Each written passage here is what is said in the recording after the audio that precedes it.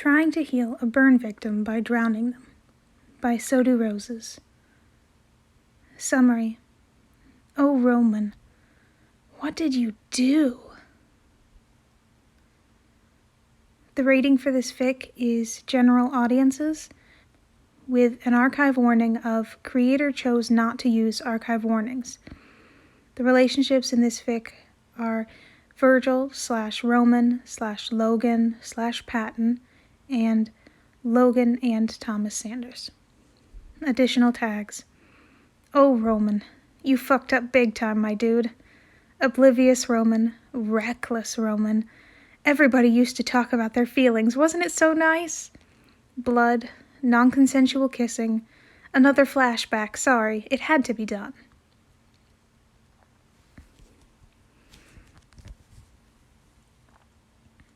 Fall, 2 years before Virgil wakes.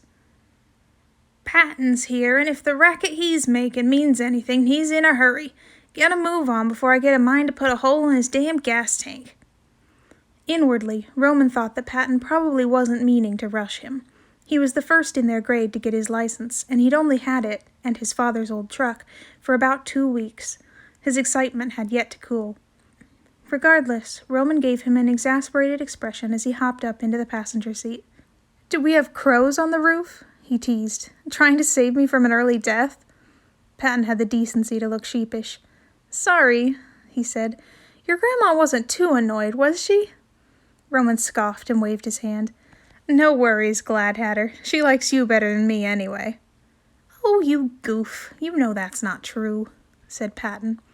He pulled carefully out of the driveway onto the dirt road that led from Roman's house back into town. Roman flicked through the radio. This far out in the middle of nowhere, they didn't get a lot of channels, and the channels they did get were sometimes weird. What on God's green earth is that? Roman laughed at the shriek that was now coming out of the tinny speakers. Patton, who had started laughing the second it came on, shook his head. Polka, I think? Yeah, sure, if polka was played exclusively on handsaws and sung in archaic Latin by something that would make Lovecraft roll over in his grave.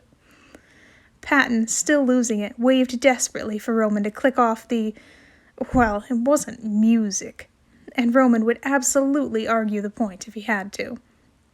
Roman did, and Patton tried to catch his breath. I think the radio tower is just in one of those moods this week, he said through his giggles.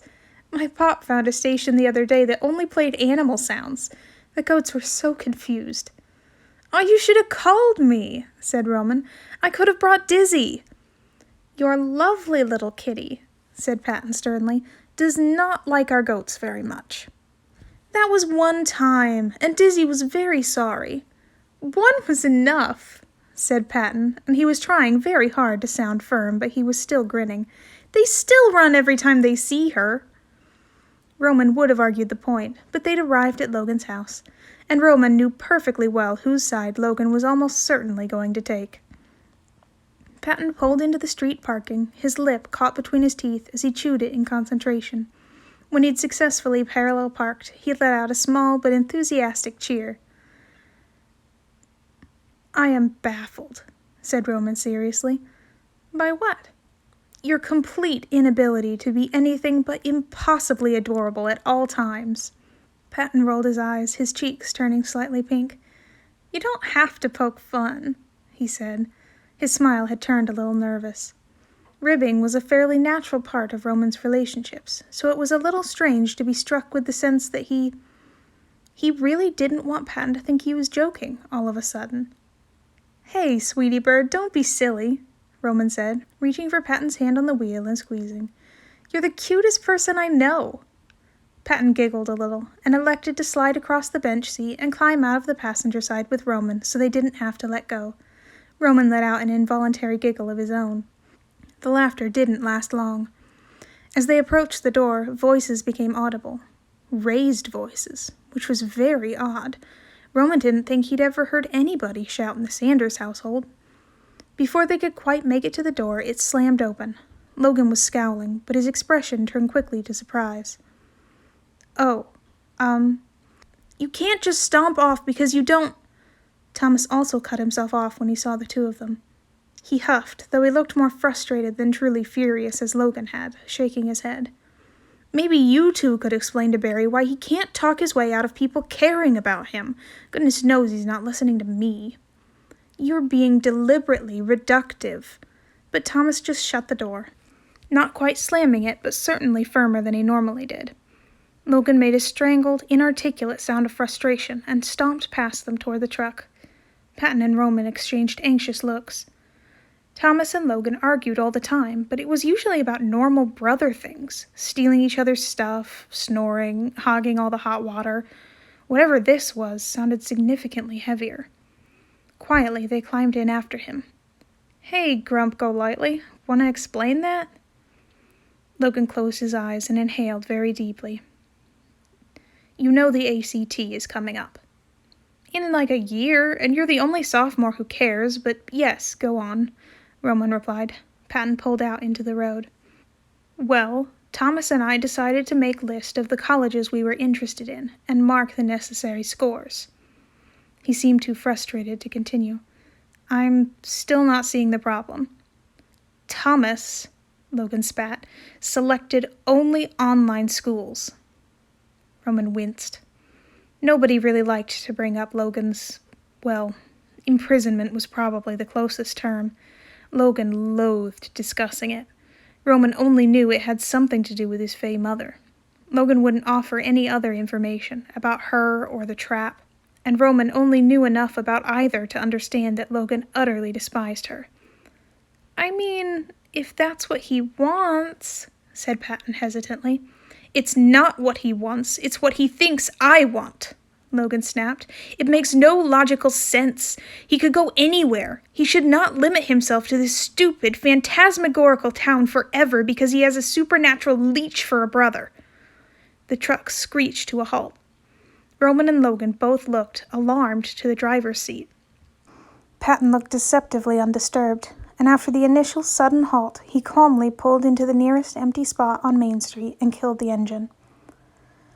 "That was not a very nice thing to say about our best friend, Logan," he said quietly. Logan looked equally sheepish and defiant. "I will concede that it was unnecessarily self-deprecating," Logan said, "but it is not entirely inaccurate. Thomas is not bound to this place by anything but his own overzealous sentimentality." "Everybody comes back anyway, Logan," Roman reasoned. "You know nobody gets out of Wick Hills." "I cannot see how that leads him to arrive at the conclusion that he should not even attempt it." "Well, what would be the point?" "To spend time in the real world," Logan exclaimed. "To go to a school that doesn't have required folklore and wilderness survival courses. To drive in streets that don't change themselves around every other week. To live in a landscape that is not actively attempting to murder us a significant portion of the time. The reasons are practically innumerable." Patton tapped carefully on the steering wheel.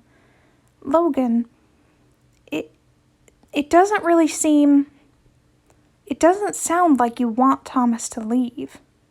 "Of course It sounds like you want to leave," Patton finished gently. Logan's mouth shut. "There was little point discussing such a thing," said Logan, and his voice was smaller than Roman had ever heard it. "But what I'm saying," said Patton, "is that you can't... If Thomas wants to stay, you can't make him leave because you wish you could." "And..." Roman hesitated. "Have you considered that Thomas might be afraid?" "Afraid?" said Logan incredulously. Roman shrugged. "Well, maybe not afraid," Roman corrected. "More like... I mean, he's never been away from you for longer than a day, right? There's plenty of space in your house for you to have separate rooms, but you share. You toss and turn if you spend the night anywhere else because you can't sleep if you can't hear him." Roman shrugged. "This isn't even a little bit out of character." Logan looked like that genuinely had not occurred to him. "I suppose," he said tentatively. "And I think if you thought it through for longer than 5 seconds, you'd probably hate the idea just as much as he does." Logan's answering silence made Roman feel a little bit smug. "Fine," Logan conceded grudgingly. "I can see the reasoning behind your conclusions is sound." That is what friends are for, Peter Powder. I highly doubt that is the evolutionary purpose of friendship. More likely. And he was off. Patton and Roman exchanged fond glances around Logan, who was well on his way to a full-blown info dump. Patton pulled back onto the road, and by the time they made it to the diner, Logan had moved on from humans' aggressive pack-bonding instincts to listing the adaptations that lent themselves to pursuit predation. Logan paused in order to give them all time to get out of the truck. Roman couldn't help but smile and tap Logan on the arm. When Roman had his attention, he directed it at Patton, who, oldest of them he may be, was also the smallest, and looked incredibly amusing hopping out of the truck. Patton saw them giggling and crossed his arms, stern. "Oh, just see if I smuggle you any of my mama's goat cheese, Mr. Lactose Intolerant." Roman followed him towards the door, pressing a hand to his chest with a wounded scoff. "But, Patton, you know she won't give me any." "The shelf's just too high for me, Roman," Patton said innocently. Roman cackled, holding the door open for the two of them. Except Logan wasn't behind him like he'd thought. Roman looked back, where Logan had his back to them, staring out toward the end of the road, out of town. Something uncomfortably heavy settled in Roman's chest. "Hey, Specs, you good?" he called gently. Logan startled, turning back. Yes. Forgive me, I was lost in thought." He hurried to the door. Patton laid a hand on his arm, stopping him before he could brush past. "Are you sure?" he said. Logan shrugged, and then he offered them a brittle smile. "There is no use in complaining about it," he said. "I cannot leave regardless. I would rather not continue to dwell on it if it is the same to you." Patton wilted. "Yeah, that makes sense. I won't bring it up again." They didn't, and by the time the food arrived at the table, Logan was back to his usual blunt self. But Roman couldn't seem to shake the after-image burnt into his eyes. Logan, staring forlornly out of a town he was never going to be free of. It hurt. A lot. In a way Roman didn't really know how to articulate. If there had been something he could stab, it would be easy. But no matter how much of his life he'd spent besting Faye, Roman had a feeling he wouldn't win that one. This was definitely something he couldn't fight. Roman kept eating, and if he was blinking a little bit more than normal, nobody seemed to notice. When Roman walked back into his house, he made a beeline for the kitchen. They had babies this year. "Hello, hello," he cooed into the incubator. The eggs, of course, did not respond, but Roman figured the same sort of principles applied to chicks as to human babies, right? They didn't have their own rooster. Mama hated the racket they made, and between how vicious the hens already were on their own, and Jax spending most of his time perched ominously on their roof, looking like the avian version of the Grim Reaper, they didn't need the protection. But no rooster meant no fertilized eggs. Buying them from someone who did have a rooster and making them a nice little box in the kitchen was the next best thing. Both him and Mama knew it would be much simpler to buy the chicks already hatched from the Tractor Supply, and both of them also knew they weren't going to admit just how much they delighted in watching the little things hatch. "Oh, sure, now you're nice to 'em," Mama said, ladling boiling water over the mason jars in her pot. She looked about half done with canning the first batch of apples. "And then they'll get big and stop putting up with your shit, and it'll be demons this and monsters that." Everybody knows the older you get, the more evil you become. Look at you. "What's that? You want to clean the kitchen when I'm done? Well, I'd love to have a break. Knock yourself out." Roman rolled his eyes, like he wasn't already planning on cleaning the kitchen. He opened the freezer and retrieved his water bottle, maneuvering around Mama to get to the sink and fill it. It was an uncomfortably hot day, especially for this late in the fall. He drank. "How'd your date go?" A spray of water came out of Roman's nose. Mama smirked, offering him the washcloth that was already laying on the counter. She'd clearly waited for the perfect moment to ask, just to be funny. Roman coughed several more times. "It wasn't a date." She rolled her eyes. Sure. "I'm serious, Mama. It wasn't. For goodness sake, it was Logan and Patton." Her smile turned a touch confused. "I know." Roman sputtered incoherently. "You can't. That's not." It doesn't work like that. Her smile dropped entirely. She set down her ladle and stepped forward, her face deadly serious. Roman, she said, firm. Baby, you do know. Of course, I don't care, Roman. I'd never care about... Mama, what the hell are you talking about? They both stared at each other, equally baffled. She squinted. You serious? Serious about having no earthly idea what you're on about? Yeah, I'm pretty damn serious. Mama pinched the bridge of her nose and muttered, absolutely mutinous. Lord, I pray for patience, 'cause if I pray for strength, I'll just beat the boy to death. Hey! Never you mind, then, she said, waving her hand insistently, and Roman's confusion ratcheted up even higher when he realized she actually looked embarrassed. I can't deal with this shit. Go feed the chickens before I lose my damn mind. It's like 3 in the afternoon. Don't argue with me, just feed the birds. Throwing up his hands in frustration, Roman walked out. He grabbed the sack of feed from next to the front door and started making his way around the house. The hens saw him coming and went absolutely bonkers. It was hours earlier than they usually got fed. Roman set the feed down and started fiddling with the latch. It needed replaced, bad. The joint was so rusted that just getting it open was becoming a production. They definitely had to do it soon, before it got cold on top of that, and the stupid thing was absolutely impossible to use. Frustrated, Roman pounded it with the side of his fist, and instantly regretted it. The metal slashed open his hand, and he yelped at the sudden sting. He turned his hand, and wow, okay, that was actually a lot of blood. Cradling his bleeding hand with his other and holding it up above his shoulders, he hurried back into the house. Mama, I could use some help. They got his hand under the faucet, and Mama wrapped it up in cotton bandages. Gonna have to go to the actual hospital for once, she said. Gonna need a tetanus shot. What the hell were you trying to do? Nothing. I just got mad, he grumbled. She rolled her eyes. You do know punching isn't the solution to every problem. Yes, Roman scoffed indignantly. I mean it, she said, patting his face. I know we pick, but you're not dumb, Roman. Use your head once in a while. You can't fist-fight every problem, but you can definitely think your way out of most of them. She moved away, starting to clear up the canning supplies. She obviously intended to head to the hospital now. Roman mulled over her words. A problem he couldn't fight. Maybe not fighting was the solution. And just like that, Roman had a plan. Salvage Garden had a whole derelict bin in the corner full of things no sane person in Wickhills would buy. Basically anything made of hawthorn or ashwood. It was simple enough to pick through it and find a hawthorn box in big enough dimensions.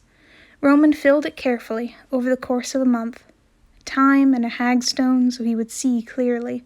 Shamrocks for luck, heather and rosebuds to draw their attention, gold coins, some fancy candy, a handful of novelty fireworks. He could do this. He just had to use his head. He just had to think it through. He waited. Not a full moon, that would be suicide, but as close as he could reasonably get. He wore his hunting clothes, and in her attempts to not glare at him for going out so close to a revel, Mama didn't notice that he was wearing sneakers instead of steel-toed boots, or that he didn't have his dagger at all.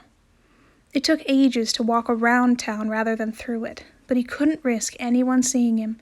He had the distinct feeling nobody was going to have much faith in this plan. Once on the other side of town, he followed the train tracks until he saw it. The hanging tree may or may not have actually been a hanging tree. Nobody could seem to agree on where Wickhills had done its capital punishment, but whether it was or not, it had definitely become an entirely different kind of hanging tree. Tied to the branches were dozens of scraps of fabric in a myriad of colors and materials, clothes from everyone who had ever tried to get something from the Fae, and lost more than they'd ever thought to barter. But Roman wasn't here for himself. He wasn't being greedy. That had to count for something, didn't it? The wind sent the torn ribbons of clothing fluttering and a shiver down Roman's spine.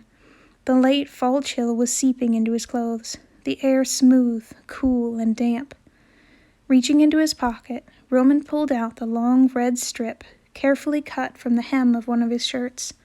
His hands shaking, he gently pulled down a branch and tied the fabric around it. "I'm here to barter for the changeling boy's freedom," he said, concentrating everything he had on keeping his voice steady. He set the box on the ground in front of him, sat down, and waited. Roman wasn't sure how long he sat there.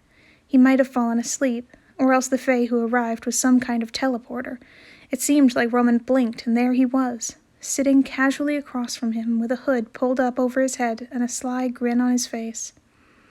Roman tried to stay calm. "I was looking to speak with his mother," he said neutrally. "Tough," said the Fae. "I'm as good as you're going to get. Talk." Roman focused on staying still, keeping his voice steady and his hands from fidgeting. "I want him to be able to go to college." "And what do you have to offer for such a thing?" "You can't fight every problem." "I'll stop hunting the Fae in the forest." The Fae boy tilted his head, considering. He shrugged. "Not good enough." Roman sputtered before he could stop himself. "What do I care how many solitaries you kill?" the Fae said. "The woods are full of them, no skin off my back. I think you have a tendency to overestimate your own importance." Roman felt his face flush, mortified. "So no, not enough. Let's see."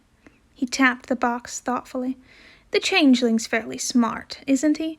If given a chance to go to this college, he could be there, what, 6 years? 7? Yeah?" said Roman hesitantly. "So, how about 7 years?" "What?"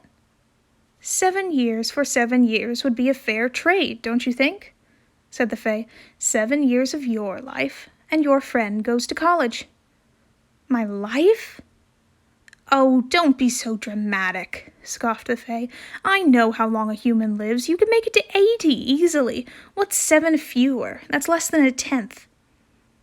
Roman paused. That made sense, actually, but he'd had a plan, and he was incredibly nervous about the idea of deviating from the plan. He hesitated, and the Fae sighed. "Listen," he said, leaning in almost conspiratorially. Roman felt himself ducking forward to listen automatically. This is as good a deal as you're going to get. No one else will barter with you. And don't tell anyone." He lowered his voice like he was a little embarrassed. "But I do genuinely want your friend to go to college. I mean, can you imagine the look on his face?" Roman could, easily. The Fae smiled under his hood. 7 years of your life, and the changeling goes to college. Do we have a deal?" Roman took a deep breath. Before he could lose his nerve, he shoved his hand forward. The Fae grinned, reaching out and grabbing it. But he didn't shake it. Instead, he yanked, hard, and Roman fell forward. Before he could protest, the Fae had grabbed the hair at the base of Roman's neck and dragged him into a blunt, bruising kiss. Roman tried to pull back, but the Fae was much stronger than him and seemed determined to keep him still. Roman flinched in his grip and felt the rip of several hairs being torn out. His skin crawled and his shoulders were tense as the Fae...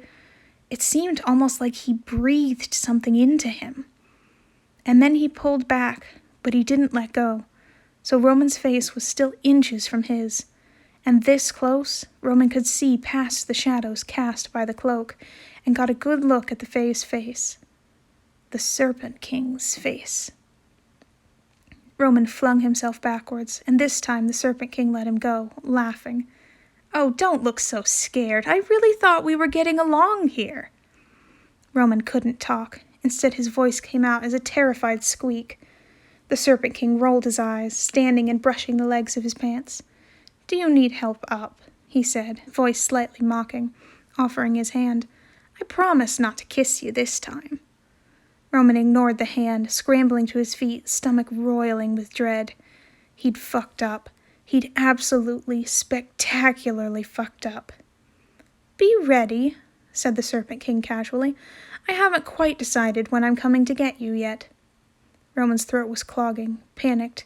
"But you said..." Off the end? Did I say that? Said the Serpent King. No, I think the agreed-upon deal was just 7 years for the changeling going to college. We did shake on it, if you remember. Roman could feel tears threatening in his eyes. You tricked me, he said. But instead of sounding furious or even indignant, his voice was small and absolutely petrified, like a child, like a kid shoved in the dirt on a playground. Only because you made it so easy, darling. The Serpent King reached out towards his face, and Roman cringed away from the finger he drew down his cheek. Cheer up, he said sweetly. I'll see you soon. And then Roman was alone, surrounded by the sounds of the night and his own thundering heartbeat. Pressing a hand to his chest, he wondered how many it had left. Roman knew they could tell something was wrong, but every time Roman thought about saying anything, his vision flashed with images of their disappointed, horrified faces, and the words clawed back down his throat, choking him. Instead, Roman threw himself into figuring out how to get Logan out of town. That was another thing Roman hadn't thought through, because he was an idiot, because he didn't think anything through, because he got it in his head to be the hero and instead fucked everything up, hell and back. Logan hadn't even tried to step out of Wick Hills in years. He didn't see the point, and there was no way Roman could push him towards it in the spirit of scientific experimentation without Logan questioning how Roman knew it would work this time. Roman might have ruined his own life, but he'd be damned if it was going to be for nothing.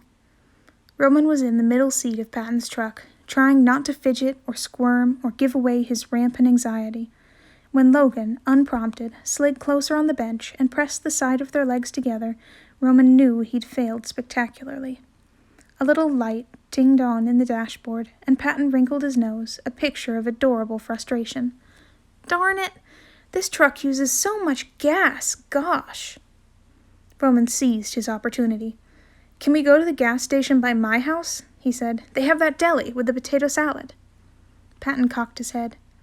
I don't think we'd make it. It's on the other side of town, Roman. Well, yeah, but Logan's with us, he said, and tried not to wince when Logan tensed beside him. Just go out and we'll pop back up on the other side. Patton actually looked downright pissed that Roman would even suggest such a thing, but Logan cut him off before he could do any reprimanding. It may as well be used for efficiency purposes, said Logan. Better to get some kind of use out of it at all, I suppose. Patton glared at Roman, mutinous, but he did continue down Main Street, past the last houses, and into the wooded hills. Roman held his breath. He'd never been in a car with Logan when this happened, so he didn't know what he was looking for, or rather, what was supposed to not happen. But he did notice when Logan began to tense up and look around himself in alarm. Where are we? He said. Patton glanced nervously over at him. Just the forest? You know it all looks the same to me from the inside. Up ahead, there was a break in the tree line, and Logan relaxed minutely. Roman did no such thing. And when they pulled into an entirely unfamiliar gas station, Logan practically launched out of the car. Where are we? Patton looked nearly as alarmed as Logan did, but his expression was rapidly morphing into astonishment. Nelsonville, I think? He said hesitantly, looking around them. Logan bolted for the gas station. Patton yelped in alarm as they both chased after him. What town is this? Logan demanded, throwing open the door. The kid behind the counter, a little older than them, scowled at Logan's short tone. We ain't in town. Closest is Haydenville. Not Wick Hills, Logan pressed. The clerk snorted. You're lost as hell, man. Wick Hills is near Marietta. It's like 3 counties over from here. There was a moment of tense silence, and then Logan swayed slightly. Roman and Patton crowded behind him, hands on his shoulders. It's a trick, said Logan flatly. It's some kind of... She wouldn't have. Are you okay? Said the clerk, clearly alarmed. Maybe she felt bad, said Patton encouragingly. Maybe she changed her mind.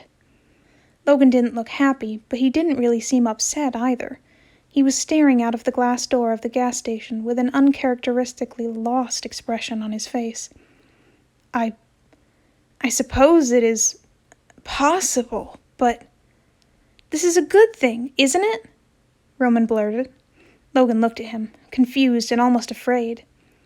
Somehow, he said quietly, I very much doubt it. What Logan lacked in enthusiasm for his newfound freedom, his brother and parents made up for tenfold. Mr. Sanders went all the way to Nelsonville for groceries 3 times in the next week, and took Logan with him every time. Thomas, in an uncharacteristic display of enthusiasm for the outdoors, dragged Logan, Roman, Patton, and a half-dozen other people to Tar Hollow to go hiking. He'd lost his excitement pretty quickly once they'd actually started hiking, but Logan's hesitant comment that it was nice to go for a walk without worrying they might die horribly had made him absolutely beam. Patton was equally delighted, and nearly doubled the mileage he'd put on the truck since he got it. Roman was terrified of what he'd done, but it was hard to not still be proud of himself. Logan was cautious, sure he was being fooled somehow, but he seemed to relax a bit more every time he left successfully. Today, Patton had decided they needed to see a movie, since Wickhill didn't have a cinema, and they'd come out of town right on top of Athens, which had 2. But driving across the bridge of the Hocking, the campus of Ohio University was splayed out across the river valley, a hodgepodge of modern buildings and crumbling 100-year-old stone. It wasn't hard to change the itinerary after seeing Logan's face. If Roman had known, he would have done more. He'd never be sure quite what. Sat in on a lecture or something, taken a physics professor hostage, or even just spent a longer time in the huge, sprawling library. But then again, if he'd known, he never would have done this to Logan in the first place, would he? There was no indication of anything being wrong when they got back. It wasn't until the next evening that Roman got the call. "Roman?" came a familiar voice. "Logan? No, it's Thomas." Roman pulled up short. He'd never heard Thomas so subdued. "Do you think you could come over? I'm going to call Patton and ask if he can pick you up." "What's wrong?" The long silence on the other end of the phone made Roman's heart clench, a prickle of anxiety creeping up his spine. We were going to go to the roller rink," Thomas said quietly. A chunk of cement had taken up residence in Roman's throat.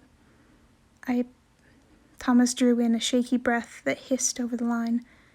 "You know him. He's being logical about it, but I really think he needs a slumber party." Roman mumbled through the rest of the conversation on autopilot, and when the line clicked off, he stared at the phone in his hand, fist clenched around the spiraling cord. "Roman?"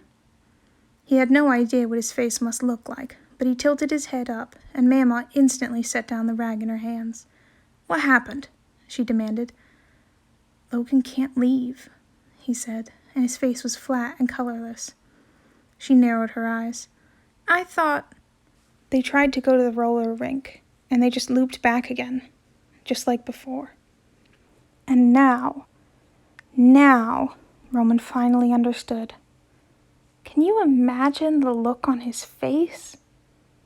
Roman could, so easily. Logan had gone to college, just once, and now he'd never leave again. He'd been given the briefest glimpse of something he'd wanted his whole life, and then had it snatched out of his reach. It was all Roman's fault. It didn't matter that Logan wasn't crying when they entered the Sanders living room, every surface padded with dozens of pillows and blankets in a nest of truly epic proportions, or that he seemed entirely unconcerned with the situation. Roman was pretty sure Patton had long ago made it his mission to cry enough for all of them combined. "You are all making a fuss over something that is functionally irrelevant," said Logan. "There is no measurable difference between now and my previous situation." But Roman caught on functionally, on measurable, words Logan used because they were concrete and quantifiable, because emotions weren't. Easier to lie about how you were feeling when you cut feelings out of the equation, period. Logan firmly shut down any attempts to discuss it. Instead, the night was devoted to watching his favorite movies, and Logan made a big show of exasperatedly sighing every time someone gave him unsolicited affection. But he didn't push off Patton, curled against his side with his head on Logan's chest, or Thomas, his head on Logan's shoulder. He didn't release his white-knuckled grip on Roman's hand. Eventually, they'd migrated into lying positions, and the room had gone quiet, the blue light of the TV's menu screen casting twilight shadows over them. Roman tried to sleep, but he was too focused on keeping his breath steady around the twisted knot of brambles in his throat, his hand from shaking in Logan's grip, his chest from caving in with the weight of his guilt. Which meant that when Logan's even breaths hitched, shallowed, and turned into muffled, bitten-off sobs, Roman was wide awake.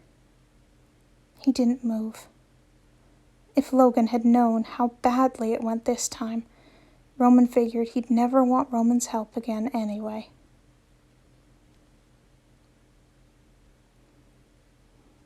And that's the end of Trying to Heal a Burn Victim by Drowning Them, by So Do Roses.